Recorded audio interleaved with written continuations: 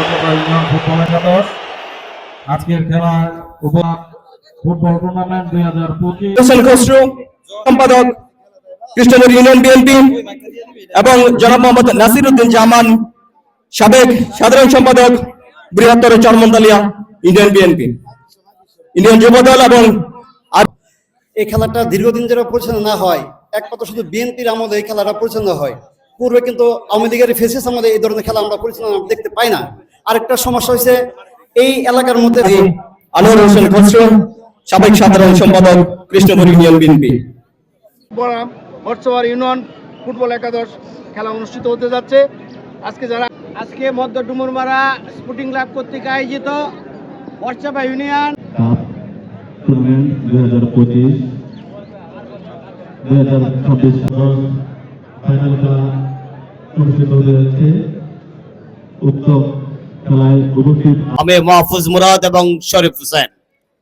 অত্যন্ত জমকালো অনুষ্ঠানের মধ্য দিয়ে আজকের এই মেগা ফাইনাল ম্যাচের সূত্রপাত হয়ে গেল এবং প্রথমার্ধের খেলা শেষ হয়েছে। দ্বিতীয়ার্ধের খেলার আগ মুহূর্তে রয়েছে আমরা এই মুহূর্তে। চারটা পরিবর্তন হচ্ছে। মাঠের একেবারে পূর্ব পাশে অবস্থান করছে খিদিরপুর ফুটবল একাদশ এবং মাঠের পশ্চিম পাশে অবস্থান করছে বর্ষাপা ইউনিয়ন ফুটবল একাদশ।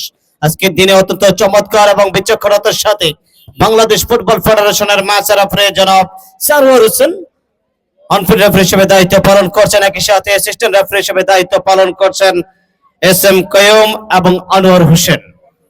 চমৎকার রৌদ্রোজ্জ্বল একটা আবহাওয়া, এর মধ্যে ফুটবল উপযোগী আবহাওয়ায় চমৎকার ফুটবল ম্যাচ লক্ষ্য করছে।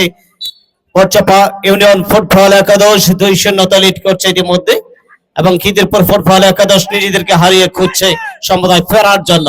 পাল্টাক্রমণ আবার মুন্না শেষ পর্যন্ত অবধিতে ক্ষান্ত থাকতে হলে ক্ষেত্রে কোনো বলযোগ নয়।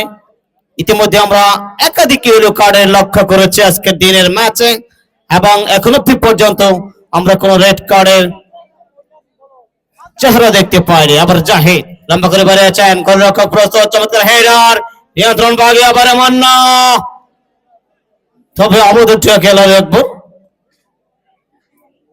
করা মার্কিং এ রেখেছিলেন এবং সেটাই হলো খিদিরপুর ফুটবল একাদশ চাইবে এই দ্বিতীয়ার্ধে এসে দুটো গোল সমতায় পরিশোধ করে আর একটা গোল এগিয়ে থাকার জন্য, লিডিং পজিশনে থাকার জন্য। অপর দিক থেকে নিজেদের পুঁজি থেকে আরো খানিকটা স্ট্রং করার চেষ্টা করবে বর্ষাপা ইউনিয়ন ফুটবল একাদশ। ইতিমধ্যে 2-0 লিড করছে বর্ষাপা ইউনিয়ন ফুটবল একাদশ। আবার কিন্তু পাস এবং বল চলে গেল বলতে না বলতে 500 রেখার বাইরে থ্রোয়িং। এক্ষেত্রে খিদিরপুর ফুটবল একাদশ রান করে।